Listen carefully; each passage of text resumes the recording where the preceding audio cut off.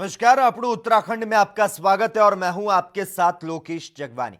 उत्तराखंड में त्रिवेंद्र रावत मंत्रिमंडल की बैठक में कैबिनेट की 4 घंटे तक चली बैठक में कई बिंदुओं पर विचार विमर्श किया गया, जिनमें से 3 बिंदुओं को अगली मंत्रिमंडल की बैठक में रखे जाने पर निर्णय लिया गया, जबकि एक विषय को लेकर मंत्रिमंडलीय कमेटी बनाई गई। कैबिनेट बैठक की जानकारी देते हुए मंत्री मदन कौशिक ने बताया कि राज्य कैबिनेट की बैठक में जनहित के कई मुद्दों को रखा गया। बैठक में 20 मुद्दों पर सरकार ने मुहर लगाई है। टोटल 30 प्रकरण आए हैं, जिसमें से 3 को अगली कैबिनेट के लिए डिफर किया गया है। एक में कमेटी बनी है जो छात्रवृत्ति छात्रों को दी जाती थी, उसके आधार पर एक कैबिनेट की समिति बनी है, जिसमें मैं हूं, यशपाल आर्य जी और धन सिंह रावत जी हैं। आयुष और आयुष शिक्षा के अंतर्गत जो पहले भर्ती होती थी डॉक्टरी लोक सेवाओं के हटाकर अब उसमें उत्तराखंड चिकित्सा सेवा बोर्ड को दी गई है। उधम सिंह नगर में ग्रीन फील्ड एयरपोर्ट बनाने हेतु आज सैद्धांतिक रूप से सहमति प्रदान की गई है। श्रीनगर के अस्थायी कैंपस हेतु जो भूमि देनी थी हस्तांतरित निःशुल्क देने का निर्णय किया गया है। इसी प्रकार से हरिद्वार में एक हॉस्पिटल छोटा बनना है, मेडिकल कॉलेज पहले दे दी थी हमने जमीन, आज भूपतवाला में हॉस्पिटल के लिए भी निःशुल्क जमीन देने का निर्णय लिया गया है। महिला सशक्तिकरण में 2 निर्णय लिए गए हैं। इसी प्रकार से आवास विभाग के अंतर्गत जो पेट्रोल पंप इत्यादि में छूट देने का था उस विषय को किया गया है। इसी प्रकार से जो उस शिक्षा विभाग में जो अम्ब्रेला एक्ट था विश्वविद्यालय अध्यादेश 2020 उसको अनुमति दी गई है। तो ये प्रमुख मुद्दे थे जिनको आज यहाँ अनुमति प्रदान की गई। चीफ सेक्रेटरी की अंतिम उनके कार्यकाल में कैबिनेट की बैठक हुई है। उनको माननीय मुख्यमंत्री जी और सब मंत्रीगणों ने उनके जो सेवा कार्य रहे उत्तराखंड राज्य के लिए उसके लिए उनको बधाई दी है। उनके द्वारा अच्छे काम किए गए हैं, सबको साथ लेकर चले एक अच्छी प्रवृत्ति राज्य में उन्होंने डाली है। आज उनका जन्मदिन था, इसके लिए भी उनको बधाई दी गई है। तो बाकी प्रक्रिया आगे होगी। चीन के साथ हुए विवाद के बीच भारत की ताकत को कई गुना बढ़ाने वाले राफेल लड़ाकू विमानों की पहली खेप अंबाला एयरबेस पहुंच गई, जिसे लेकर प्रदेश के सीएम त्रिवेंद्र सिंह रावत ने अपनी प्रतिक्रिया दी। उन्होंने कहा कि राफेल का स्वागत है और पूरे देश में आज बहुत ही खुशी का माहौल है। देश की सेना को लंबे समय से इस तरह के फाइटर प्लेन की जरूरत थी। स्वागत है राफेल का और पूरे देश में आज बहुत बेहद खुशी का माहौल है और मैं कहूँ कि स्वागत का माहौल है तो मैं समझता हूँ कि अतिशयोक्ति नहीं होगी। देश को लंबे समय से जिसकी प्रतीक्षा थी कि हमारी सेना के पास ऐसे फाइटर विमान होने चाहिए जो अद्वितीय हों और जिसमें तमाम तरह की जो आयुध हैं उसको ले जाने की क्षमता हो, परमाणु जो अस्त्र शस्त्र हैं उनको ले जाने की क्षमता हो और हर मौसम में जो मार करने की क्षमता रखता हो। ऐसा अत्याधुनिक लड़ाकू विमान की देश को आवश्यकता है और माननीय प्रधानमंत्री नरेंद्र मोदी जी की इच्छा शक्ति और प्राथमिकता कि अपनी सेनाएं देश की मजबूत होनी चाहिए और अगर सेनाएं मजबूत करनी हैं तो अत्याधुनिक आयुध सामग्री उनके पास होना चाहिए। उनके तमाम अच्छे उनके पास टैंक्स होने चाहिए। कभी भी अगर कोई कसरत कर रहा है, जिम में जा रहा है, व्यायाम कर रहा है, व्यायामशालाओं में जा रहा है, तो इसका मतलब नहीं कि उसका पड़ोसी ये कहे कि मुझे मारने के लिए कर रहा है। ऐसा नहीं है। ये अपनी सुरक्षा के लिए, शांति व्यवस्था के लिए है, ताकि कोई हमको कमज़ोर ना समझे। और इसलिए देश को मजबूत करने के लिए प्रधानमंत्री जी ने ये काम किया है। हमको किसी देश से शत्रुता है उसके लिए इसका इस्तेमाल किया जाएगा, इस रूप में नहीं लिया जाना चाहिए। इसको इसी रूप में लेना चाहिए कि हम अपनी सेनाओं को सुसज्जित कर रहे हैं। हरिद्वार में पिछले 2 दिनों से हो रही बारिश के बाद आम लोगों का जनजीवन अस्त व्यस्त हो गया। बारिश के चलते हरिद्वार स्थित मनसा देवी मंदिर मार्ग और चंडी देवी स्थित अंजनी देवी मंदिर मार्ग पर पहाड़ी दरक गई, जिसके चलते बड़ा हादसा होने से बच गया। एक रिपोर्ट देखिए।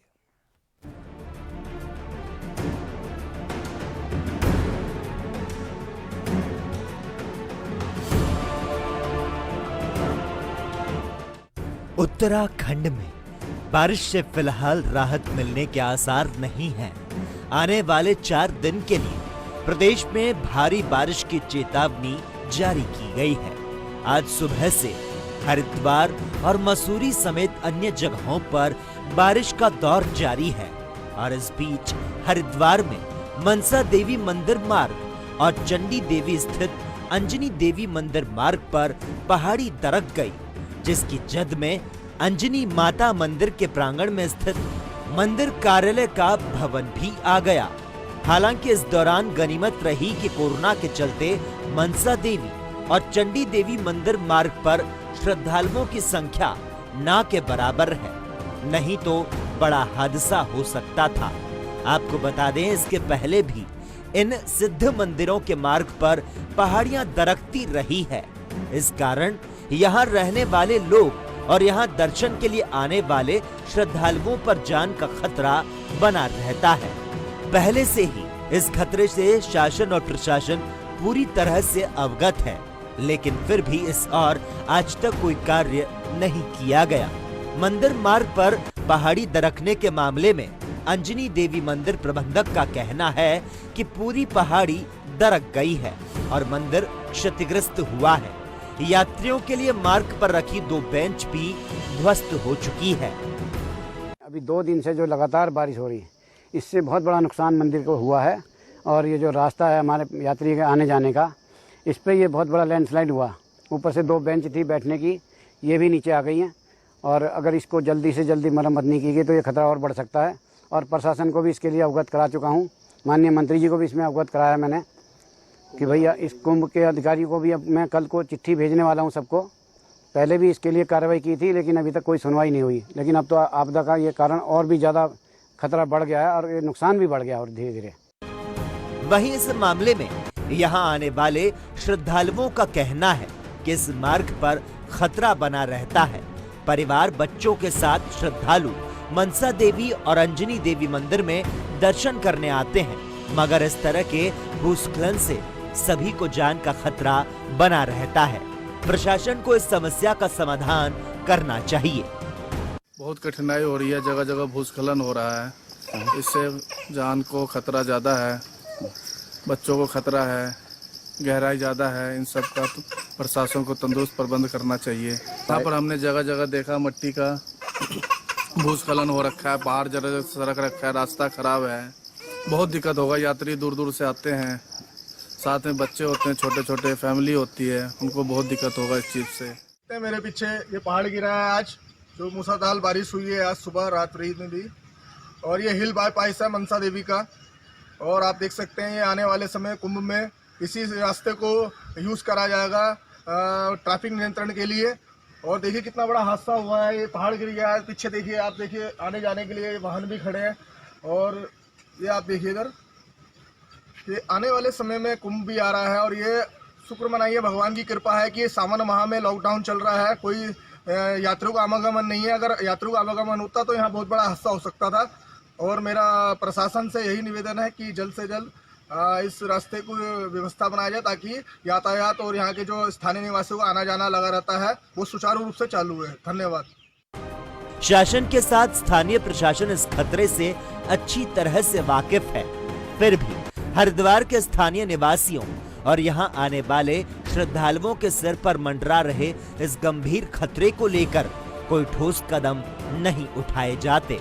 इससे साफ जाहिर है कि शासन और प्रशासन किसी बड़े हादसे का इंतजार कर रहे हैं।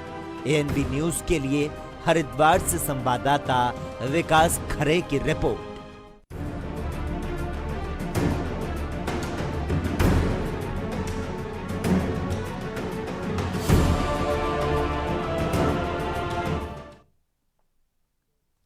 अपने उत्तराखंड में खबरों का सिलसिला लगातार जारी है। यहां पर रुकते हैं एक छोटे से ब्रेक के लिए।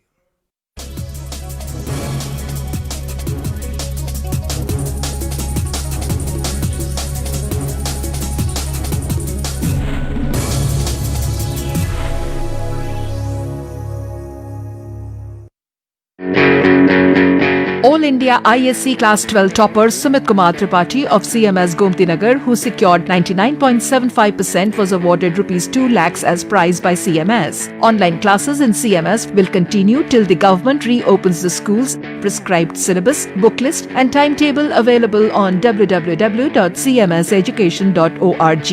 Admissions in CMS for Montessori, nursery to class 11th are open. Contact concerned CMS campus.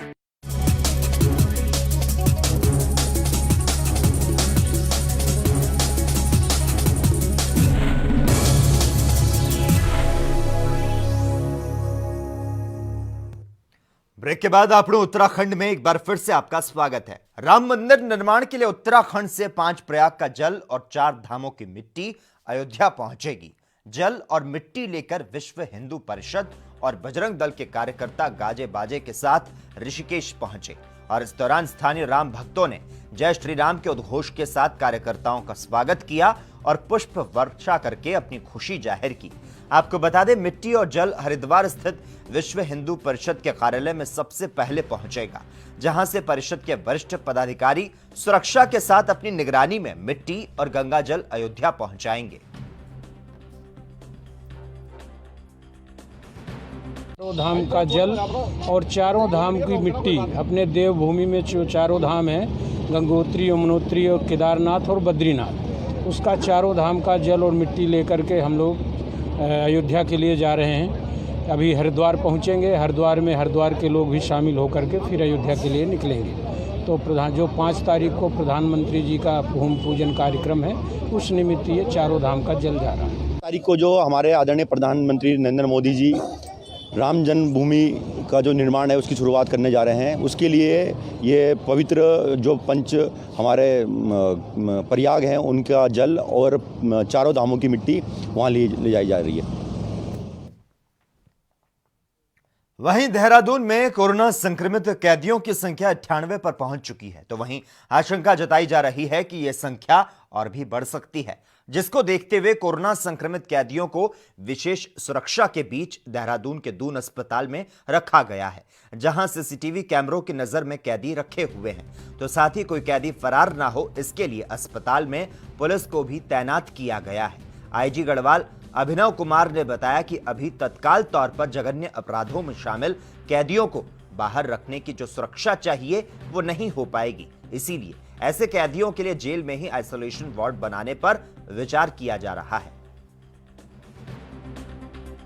संज्ञान में लाया गया था और हम लोग तब से लगातार इस चीज़ को लेके जिला प्रशासन देहरादून, पुलिस मुख्यालय और गृह विभाग लगातार इसमें तालमेल बनाए हुए है और गृह विभाग और पुलिस मुख्यालय से प्राप्त निर्देशों के क्रम में ये तय किया गया था कि जो गंभीर अपराधों के कैदी हैं उनके लिए तो एक आइसोलेशन वार्ड हम सुद्धोवाला जेल में ही बनाने की कोशिश करें, क्योंकि जो जघन्य अपराधों के कैदी हैं या जो जघन्य अपराधों के अंडर ट्रायल्स हैं उनको बाहर रखने के लिए जिस प्रकार की सुरक्षा व्यवस्था हमको चाहिए होगी, संभवतः वो सुरक्षा व्यवस्था तत्कालिक तौर पर अलग से क्रिएट कर पाना संभव नहीं है। और जो बाकी जो माइनर क्राइम्स के जो कैदी हैं उनके लिए जिला प्रशासन और स्वास्थ्य विभाग और पुलिस विभाग संयुक्त रूप से कोई एक अस्थाई जेल कम कोविड केयर सेंटर टाइप का स्थापित करने की कोशिश करेगा। मुझे बताया गया कि शायद 1 आध दिन में वो व्यवस्था भी सुचारू रूप से चालू हो जाएगी। तो ये हमने इस तरह से इसको अलग अलग कैटेगरीज के कैदी को अलग अलग तरीके से सुरक्षित रखते हुए उनका कोविड केयर करने का प्रबंधन किया। वहीं मसूरी में अवैध कब्जाधारियों के खिलाफ पालिका परिषद का अभियान जारी है। पालिका नगर पालिका के भूमि पर हुए अवैध कब्जों को हटाने में जुटी है। पालिका प्रशासन की टीम ने शहर की कंपनी गार्डन के पास हुए अवैध कब्जे को हटाया, तो वहीं नगर पालिका अध्यक्ष अनुज गुप्ता का कहना है कि सरकारी जमीन पर जितने भी अवैध कब्जे किए गए उन्हें बिल्कुल भी बर्दाश्त नहीं किया जाएगा और सभी को हटाया जाएगा।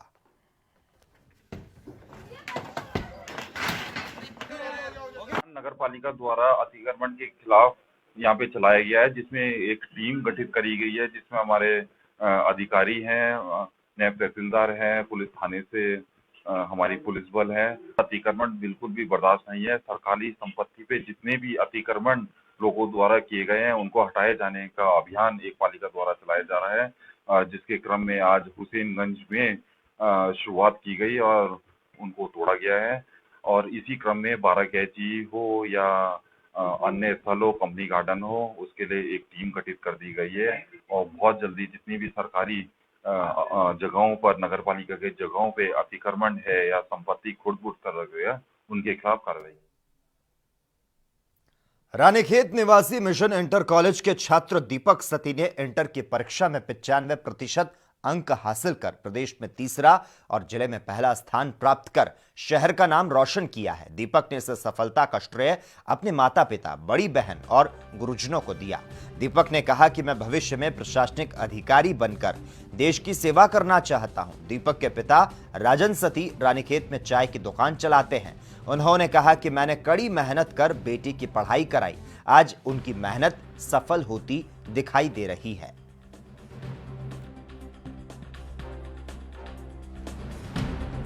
इस सफलता का श्रेय अपने माता पिता, गुरुजनों और सभी अपने विद्यालय के समस्त विद्यालय परिवार को देना चाहूँगा। और साथ ही ये भी कहना चाहूँगा कि एक सरकारी स्कूल से पढ़कर मैंने सफलता की इतनी नई ऊंचाइयाँ छुई हैं। मैं भविष्य में एक प्रशासनिक अधिकारी बनकर अपनी देश की सेवा करना चाहता हूँ। और साथ ही अगर हॉबीज़ की बात करें तो मुझे जानवरों के संग समय बिताना बहुत। ऋषिकेश में गुमानीवाला निवासी राहुल यादव ने इंटर की कक्षा में उत्तराखंड बोर्ड से राज्य में तीसरा स्थान प्राप्त किया। राहुल की कामयाबी पर आवास विकास स्थित विद्या मंदिर स्कूल के अध्यापकों ने सबसे पहले राहुल का मुंह मीठा कराया। मौके पर राहुल के परिजन पहुंचे, जो बेटे की कामयाबी पर खुशी जाहिर करते नजर आए। राहुल का भविष्य में आईएएस अफसर बनने का सपना है। राहुल के पिता शहर में राजमिस्त्री का काम करते हैं। उनका कहना है कि उन्होंने कड़ी मेहनत कर बेटे को पढ़ाया, आज उसकी मेहनत जो है वह सफल होती दिखाई दे रही है। क्या नाम है आपका? हमारा नाम रामचंद्र यादव है। क्या करते हैं? मैं यहाँ कंस्ट्रक्शन के काम करता हूँ। मिस्त्री काम करते हैं? जी। अच्छा, बेटा हमारा बेटा पढ़ाई में शुरू से ही ठीक था और मैं काफ़ी कोशिश करता रहा, बेटा थोड़ा दिल लगा के पढ़ो, हम जो है बहुत मेहनत से पैसा कमा के दे रहे हैं, पढ़ लिख लोगे तो हमारा मेहनत वही है। अच्छा, आप लोगों ने कितनी पढ़ाई की? हमने तो सर दूसरा तीसरा तक पढ़ाई किया। तो फिर किस तरह से बच्चों घर में किस तरह पढ़ाई करते हैं? बस लोगों के देखा देखी जैसे कंट्रोल करते हैं बच्चों को, ऐसे माँ बाप थोड़ा कंट्रोल रखेंगे तो बच्चे कहना मानेगा। ऐसे बोलना बेटा फालतू मत खेलने जाओ, अपना थोड़ा पढ़ाई पर ध्यान दो, खेलो भी अपने टाइम निकाल कर, मगर थोड़ा पढ़ाई में भी ध्यान दो। हमारा यही जो दहाड़ी मजदूरी कर रहे हैं इसको परिणाम यही मिलने वाला है, तुम जितना पढ़ लिख लोगे। मेरी तीसरी रैंक आई है 95% अंक के साथ। मेरे को खुशी हो रही है कि मैं 95% अंक ले आ पाया, लेकिन मेरे को इससे ज़्यादा की उम्मीद थी आने की। थोड़ी बहुत इंग्लिश में कमी रह गई। मैं अपना इसका पूरा श्रेय अपने विद्यालय के अध्यापक और अपने माता पिता को देना चाहूँगा, जो कि रोज़ प्रतिदिन क्लास में अलग से मोटिवेशन देते थे कि हाँ तुम ये कर सकते हो और तुम और इससे अच्छा करो, तुम लगे रहो इसमें और अपनी जी जान से मेहनत करते रहो। सर मैं रोज़ कम से कम 5, 6, 7, 8 घंटे, कभी पूरी रात, जब भी जैसा टाइम मिलता था, जैसे इंटरेस्ट आता था पढ़ाई के साथ। सर आगे मैं यूपीएससी की तैयारी करना चाहूँगा और एक आईएएस अधिकारी बनने की सोच रहा हूँ। सर मैं अपनी सफलता के श्रेय अपने विद्यालय के सभी अध्यापकों और प्रधानाचार्य जी को देना चाहूँगा और अपने माता पिता को भी देना चाहूँगा, जिन्होंने कभी डिमोटिवेशन नहीं होने दिया मुझे। चंपावत जिले के भेटी गांव में रहने वाले रघुवर मुरारी कोरोना महामारी के बाद गांव आने वाले प्रवासियों के लिए आशा का लौ बनकर सामने आए। दरअसल रघुवर मुरारी आज उच्च तकनीक से सब्जी उत्पादन कर लाखों रुपए कमा रहे हैं। पॉली हाउस और मल्चिंग विधि से खेती कर वह अच्छी उपज को प्राप्त कर रहे हैं। उनके द्वारा जैविक खेती से तैयार सब्जियां स्थानीय बाजार में हाथों हाथ बिक जाती है। यही काम वे अपने गांव में आए प्रवासियों को सिखा रहे हैं, जिससे लोगों को अपने ही गांव में रोजगार मिल पा रहा है।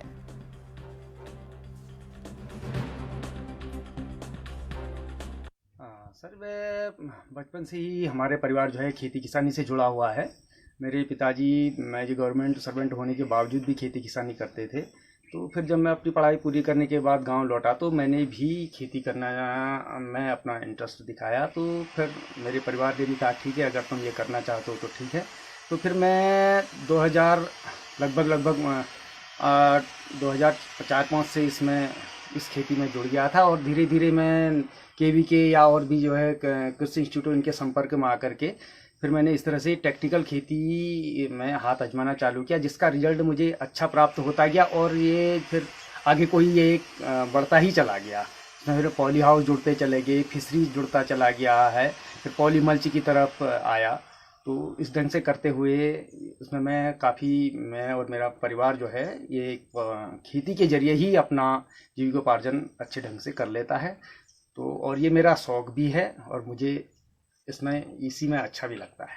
हम लोगों का पर्वतीय क्षेत्र है ये, और पर्वतीय क्षेत्र में जो बागवानी में विशेष रूप से सब्जी उत्पादन का महत्व है, जिससे कृषकों को तुरंत आय प्राप्त होती है। इसी के साथ साथ हम लोग पुष्प उत्पादन में भी ज़्यादा फोकस कर रहे हैं, जिसमें अच्छे बाजार है हम लोगों के पास, जिसमें अधिक आय और अधिक उत्पादन की लेंगे, जिससे हमारा जो भी प्रोडक्शन रहेगा हम उसे हाई वैल्यू क्रॉप के रूप में प्राथमिकता देंगे। वहीं सितारगंज में विधायक सौरभ बहुगुणा ने निजी खर्चे पर नगर के CHC और शक्ति फार्म के PHC में बॉडी सैनिटाइजर चैम्बर लगवाए। इससे अस्पताल आने वाले रोगियों समेत स्वास्थ्य कर्मियों में कोरोना संक्रमण की संभावना समाप्त होगी। 60,000 रुपए की लागत से CHC के मुख्य गेट पर लगाए गए सैनिटाइजर चैम्बर का विधायक ने मंगलवार को शुभारंभ किया। विधायक ने कहा कि इसमें प्रयोग होने वाले सैनिटाइजर की व्यवस्था भी वह स्वयं करेंगे। जल्द ही शक्ति फार्म अस्पताल में एक और महिला चिकित्सक सहित तकनीशियन की तैनाती होगी। उन्होंने कहा कि विधायक निधि से दी गई एम्बुलेंस से रोगी को दूसरे अस्पतालों तक पहुंचाने में आने वाले खर्च का वहन भी उनके माध्यम से ही किया जाएगा। पूरे क्षेत्र में आज के दिन आपको पता है पूरे विश्व में, देश में और सितारगंज में भी कोरोना की महामारी बहुत तेज़ी से बढ़ रही है। और हमारी पार्टी की और हमारे पार्टी के सारे कार्यकर्ताओं की मैं धन्यवाद करूंगा उन सबका कि उन्होंने मुझसे ये सैनिटाइजेशन टनल की रिक्वेस्ट करी थी। इसको यहाँ पे क्षेत्र में लगवाना बहुत ही ज़रूरी है। तो मैंने दोनों अस्पतालों में जो हमारा CHC सितारगंज है और PHC शक्ति फार्म है, दोनों में अपने स्तर से ये दोनों मशीनों को आज इंस्टॉल करवा दिया है। जो भी व्यक्ति इसके अंदर से जाएगा वो पूरी तरह सैनिटाइज होएगा, उसके बाद वो अस्पताल में एंट्री करेगा। तो इससे क्षेत्र को महामारी से बचाने के लिए हमारी छोटी सी कोशिश है और उम्मीद करेंगे कि इसी तरीके से हमारी पार्टी और हमारे संगठन के लोग लगातार मेरे बीच जो हमारे साथ बैठ के हमारे को क्षेत्र के बारे में किस तरीके से लोगों को इस महामारी से बचाना उसके लिए मुझे राय देते रहते हैं। ये प्रक्रिया भी चलती रहेगी और क्षेत्र में स्वास्थ्य व्यवस्था को ठीक करने की हम कोशिश भी करेंगे। और इसी के साथ ही अपने उत्तराखंड में इतना ही, लेकिन देश और दुनिया की तमाम अहम खबरों के लिए लगातार आप जुड़े रहिए और देखते रहिए ANB न्यूज़।